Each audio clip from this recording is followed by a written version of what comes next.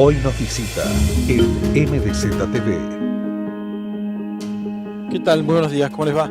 Estamos con Marcelo Calabria, que es historiador. ¿Cómo estás, Marcelo? ¿Qué tal, Gabriel? Buenos días. Gracias por venir hasta acá. Hemos querido hablar en varias oportunidades con vos porque, bueno, les cuento a ustedes, seguramente lo conocen, es una de las personas que persigue a lo largo de toda la historia al general José de San Martín y ha escrito sobre el tema, tiene libros publicados y por lo tanto al empezar este mes sanmartiniano nos pareció muy propicio rescatar algunos puntos de la figura del general San Martín, inclusive ha escrito algunas columnas en MDZ Online y está bueno poder hacerlo palabras, ¿no? Que nos contés de dónde surge este impulso tuyo por San Martín y por qué San Martín te inclinás, que hay varias formas de conocer, ¿no? Varias facetas. Claro. Tal cual. Bueno, retomo un poco lo que me causaba un poco de gracia, pero es cierto, a lo largo de los años uno va persiguiendo, adentrándose, tratando de conocerlo más como una personalidad. Yo llego a San Martín desde muy chico, sin duda por la impronta, y es importante en esto, por la impronta de un par de docentes que eran muy sanmartinianas y que tenían en San Martín un referente.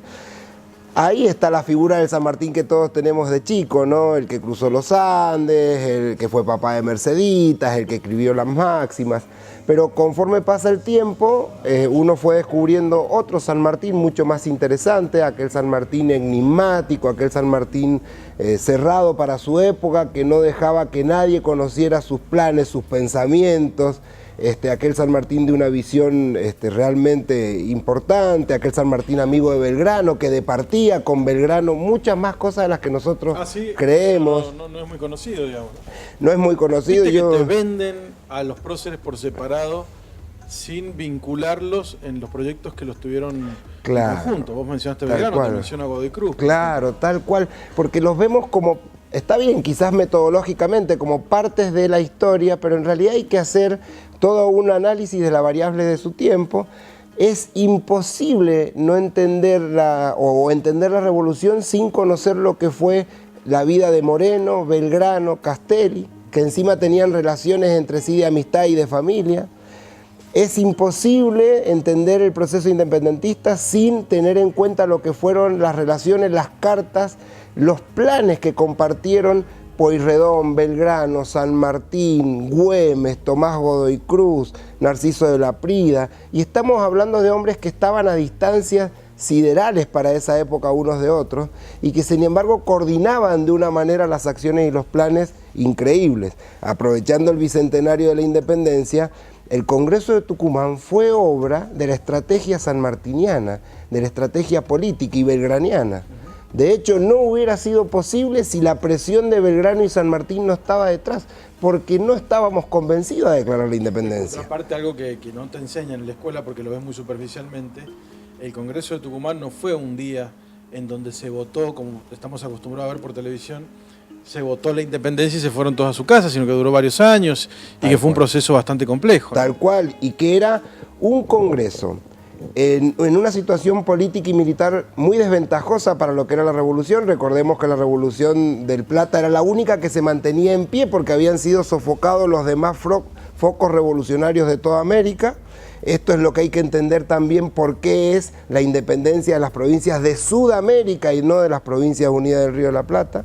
En el Congreso había mucha gente que no se llevaba bien, que no estaban de acuerdo, que no tenían ni siquiera cercanías en sus ideas, pero que empezaron a trabajar. Desde marzo de 1816 pasaron varios meses hasta que lograron ponerse de acuerdo en algunos puntos, entre ellos la independencia, fogoneados por San Martín y por Belgrano. De hecho, la carta del 24 de junio de San Martín a Tomás Godoy Cruz, que Tomás Godoy Cruz hace conocer en el Congreso, y la reunión secreta en la que reciben a Manuel Belgrano del 6 de julio, fíjate las fechas, son las que en definitiva terminan, yo diría, forzando a los congresales a declarar la independencia. La crónica dice de Fray Cayetano Rodríguez que era como el periodista o el que difundía lo que pasaba en el Congreso de Tucumán. Claro, exacto, muy bien, era el que manejaba las redes sociales de la época. Cuentan que Belgrano lloró en el discurso encendido que les dio a los congresales, pero lloró de impotencia, de bronca. Claro, era el hombre que venía peleando, poniendo el cuerpo para la revolución desde 1810, y como San Martín sabían que había que declarar la independencia. La estrategia también, ¿cuál era? declarado el acto jurídico de la independencia, ya no había vuelta atrás. Ya no podía haber más traiciones, ya no había quienes jugaran de un lado y del otro como pasaba hasta ese momento.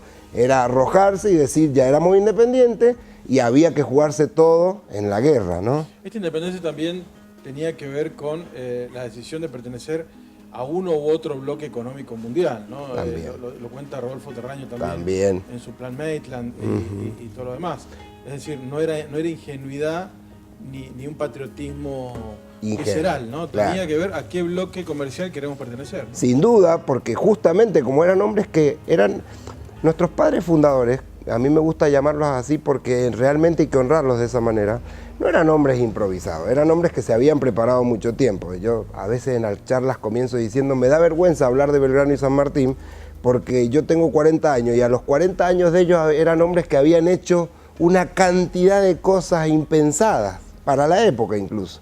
Belgrano a esta edad, ya cercano, 10 años y más, a los 50 murió, había traducido infinidad de obras, había sido secretario del consulado, había sido vocal de la primera Junta General de los Ejércitos, impulsor de la independencia. Es decir, eran hombres muy preparados. Y tenían muy en claro la geopolítica y la política internacional. De hecho, las cartas entre San Martín y Belgrano, Belgrano le dice a San Martín lo que ha pasado acá en el Plata, porque San Martín llega 2 años después, y San Martín le dice cómo está la relación de fuerza de las potencias en el mundo, quiénes son las potencias que nos pueden apoyar en la guerra de la independencia, quiénes son las que nos van a dar la espalda, cómo está la Santa Alianza Constituida, que es la que está ayudando a la monarquía española a recuperar los territorios, y cuáles son los tratados comerciales que Belgrano ya había implementado con el libre comercio como secretario del consulado, había tratado de impulsar, y que San Martín va a propiciar desde Mendoza, desde Chile y desde el Perú, porque la política, la economía y el comercio internacional y la geopolítica son todas variables que están muy relacionadas. Imaginemos más cuando se están fundando nuevos estados que no les convenían a determinadas potencias del mundo de ese momento y a otras sí. De hecho, Inglaterra siempre va a estar atrás tratando de que nunca nos constituyamos como una gran armada o como un gran armazón político, que era lo que intentaban Bolívar y San Martín. Convenía mucho más, por razones económicas y políticas, pequeñas repúblicas. Es lo que terminamos siendo. ¿Qué es lo que funcionó en San Martín para que, después de haber estudiado en España, de haber luchado por España, a favor de España, con 13 años de edad, que es cuando se le empiezan a detectar los primeros valores del liderazgo tan chiquitito, ¿no? Imagínate vos, que se imagina la gente, en las edades de las que estamos hablando, está muy bien la comparación que hiciste de los 40 años, y yo te cuento esto, a los 13 años estaba luchando para España. Tal cual. ¿Cuál es el clic, lejos del romanticismo, el clic real, digamos, que lo lleva después a luchar contra España, una vez retornado a la Argentina de alguna manera? Bueno, es una de las grandes preguntas que se siguen investigando mucho, incluso los historiadores tradicionales. San Martín lo responde un poco en una carta en 1848 al presidente del Perú, Ramón Castilla, y algo también le expresó a Sarmiento, que tuvo la habilidad de sacarle mucha información a San Martín, porque San Martín era bastante parco a la hora de comentar o de publicitar lo que había sido su vida pública. San Martín dice: conocedores en Cádiz, una reunión de americanos de lo que estaba pasando en América, cada uno decidimos volver a nuestros países de origen a prestar servicio en la batalla que calculábamos se iba a emprender. Esos americanos son los diputados que hay y los prohombres americanos que han ido llegando a España de distintas partes del continente americano. Y lo que ellos piensan y lo que uno puede deducir en Teresa de Mier, Andrés Bello, Simón Rodríguez, Simón Bolívar, O'Higgins, San Martín, Europa estaba anacrónica, los despotismos estaban haciendo presa de Europa y estaba aflorando la Revolución Francesa, ¿sí? Las ideas liberales tenían que buscar nuevos cursos y América representaba la idea del nuevo mundo, pero del nuevo mundo en todo sentido, de construir esa nación idealista de Locke, de Rousseau, ¿sí? De los nuevos sistemas que había alumbrado la Revolución y el Iluminismo.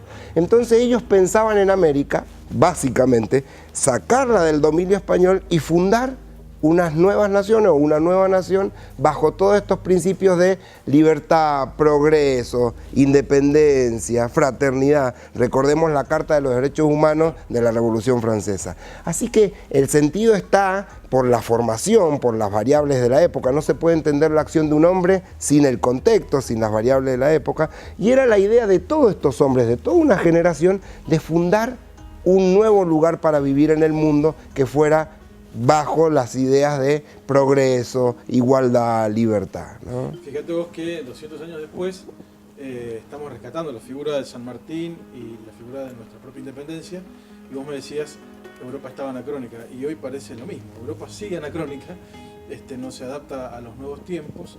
¿Y qué día te queda para poner un balance, ¿no? 200 años después? ¿En qué momento de la historia estamos? Aquel proceso sigue vivo, con mirada larga, ¿no? Con mirada sobre la historia. Bueno, yo siempre analizo lo siguiente. Nuestros países tienen en promedio 200 años de vida. Si hiciéramos una cuenta, son 2,5 vidas humanas.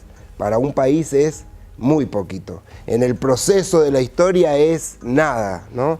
Es decir, que creo que todavía tenemos muchas cuentas pendientes. Hace poco leía un libro que se presenta en estos días de Fabiana Mastrangelo, y ella dice, hay mucho potencial de las ideas de nuestros padres fundadores, de estos proshombres, que han quedado en el reservorio de nuestras naciones y que es un tesoro a seguir explotando.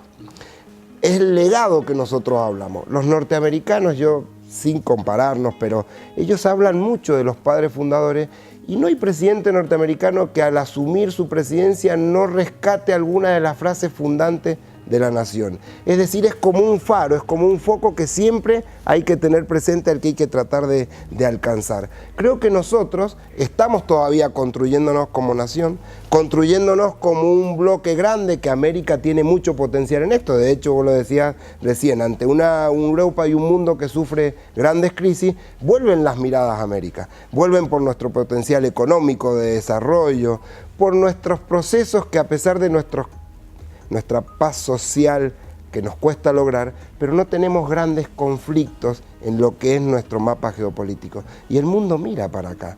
Y yo creo que podemos construir, bajo el legado de estos hombres, de la gran América, como ellos decían, la gran América, podemos construir un bloque que brinde mejor estándar de vida a todos los que estamos en el continente americano.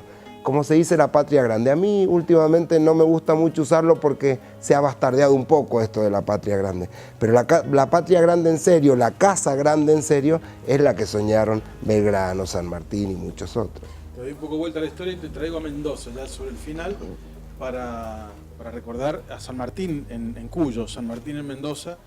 Nosotros hoy vemos muchísimas dificultades para encontrar un horizonte. Vamos a simplificar un poco más esto todavía. Nos cuesta cruzar a Chile. Sí, por el paso internacional. Casi como le costó a San Martín hace 200. Todos los días, claro. Y San Martín lo logró con sacrificio y de una manera absolutamente rudimentaria hace muchísimos años atrás. Y las cosas que él consiguió fundar desde la nada, ¿no? Porque se estaba constituyendo como sociedad, que dejó como paradigmas, como cosas a recuperar o como cosas a superar inclusive, San Martín, y en que hemos retrocedido en todo caso. Bueno, yo creo, primero, si me permitís, empezamos por el vaso medio lleno. Hay una tradición sanmartiniana en Mendoza que dejó su impronta a pesar del poquito tiempo que San Martín fue gobernador e intendente de Cuyo. En Mendoza, en San Juan y en San Luis, pero en Mendoza sobre todo, que es el respeto a las instituciones, porque San Martín le da institucionalidad al gobierno de Cuyo. Se había creado hacía muy poquito cuando él asume la gobernación de la intendencia de Cuyo. Hay también esa consigna del esfuerzo, del trabajo. Una de las cartas que a mí más me gusta de San Martín es cuando dice que está admirado por todo lo que este pueblo ha dado. Y dice una frase que podría interpretarse de distintas maneras hoy en día. Todo es común. Los bienes de las personas son de todos. Es todo del Estado. Es decir, Cuyo ponía todo al servicio de la causa, ¿no? Yo pregunto, ¿estamos hoy convencidos de poner todo a, por ejemplo, la causa de llegar a una provincia más equitativa, a una provincia más justa, a una provincia que tiene mucho potencial de desarrollo, a una provincia que es la puerta de integración quizás la más importante con Chile, y de ahí toda la puerta que se abre al mundo. Creo que nos falta interpretar un poco más este mensaje, actualizarlo seguramente. Me parece también que hemos caído en esto, que quizás es del mundo entero, de esta agresividad en el trato, de este cortar los diálogos, de esto evitar la posibilidad de construir en forma conjunta. Yo siempre digo, perdón, vuelvo otra vez para atrás, las cartas entre Belgrano y San Martín, en donde algunos puntos no estaban de acuerdo. Belgrano hay una carta muy severa hacia San Martín, donde le dice, tenga cuidado con todo aquello que tiene que ver con la religión, con la cultura, con la sociedad, respete la idiosincrasia, porque claro, San Martín es un foráneo. Y San Martín le va diciendo qué está cometiendo de errores en la revolución hasta el momento. Creo que la construcción desde el disenso es lo que nos está faltando, a los mendocinos y a los argentinos. La complementariedad, el reconocer en el otro que es la parte que puede construir o aportarme lo que a mí me falta. Los mendocinos fuimos muy sabios en esto, y yo soy joven, pero lo he vivido desde chico, esta posibilidad de construir una provincia pujante desde el diálogo entre todos los sectores, las fuerzas sociales. Mendoza sigue siendo una de las provincias con mayor cantidad de organizaciones sociales activas del país. Es decir, que creo que hay que apostar a esa construcción, ¿no? Se sabe mucho en todo caso, la esposa y la hija, Mercedita y Remedios de Escalada de San Martín. Pero poco se ha abocado la historia, porque aparte no es un capítulo central de la familia paterna, los hermanos de San Martín, y hay una historia circulando que tiene que ver con un hermano de San Martín en Filipinas. ¿Cómo es esto? Tal cual, uno de los hermanos de San Martín termina ocupando lo que sería una especie de administrador o cargo de gobernador de las islas. De hecho hay un busto allí y hay aparentemente descendencia de Juan Fermín de San Martín. Era uno de los hermanos con que San Martín no tenía mucha relación. ¿Sabes por qué? Sí. Los hermanos, recordemos, los hermanos de San Martín varones eran 5 hermanos, una mujer, María Elena, y los demás hermanos, Manuel Tadeo, Juan Fermín y Justo Rufino, eran todos militares como el padre. Claro. Y todos militares que cuando San Martín decide volver a América ocupaban algunos lugares que iban ya en su carrera militar. Fue un golpe muy fuerte que uno de los San Martín se volviera un traidor a las armas de la patria española. Entonces, los hermanos, salvo uno, lo demás lo catalogaron de traidor. Y yo creo que hay que entender, o sea, era difícil la posición en la que San Martín dejaba a su familia con la decisión que tomaba. Y cuando San Martín vuelve, después de la entrevista de Guayaquil, vuelve del Perú a Chile y de Chile a Mendoza, recibe una carta de su hermano pidiéndole, diríamos hoy, algún trabajito, algún conchavo, creyéndole protector del Perú. Y San Martín le dice en ese momento a Olazábal, le escribí un montón de veces, nunca me contestó, yo no le voy a contestar ahora, y rompe la carta. San Martín era un hombre evidentemente de un carácter, uno no puede pensar que esos hombres eran de un carácter tibio o tembleante, eran hombres de un carácter firme. Y cada familia es un mundo. Tal cual. San Martín también. La de San Martín también era un hombre, sobre todo. Y este hermano logra seguir avanzando, en las islas fue colonia española hasta mucho tiempo después, y evidentemente tuvo descendencia. Yo hace poco tuve la oportunidad de escribirme con algunos historiadores de allí. De hecho me ofrecieron comprar documentos, no pude. Son caros todos estos documentos, comprar documentos originales de este hermano de San Martín que llegó a una posición importante como gobernador. ¿Y era nacido en Argentina también? No. Sí, perdón, era nacido en Argentina, pero toda en España, exacto. Pero sí, todos nacidos en las 6 misiones jesuíticas o en la estancia Calera de Vacas, porque hubo ahí 2 destinos del capitán Juan de San Martín. Gracias. Muchas gracias, Gabriel.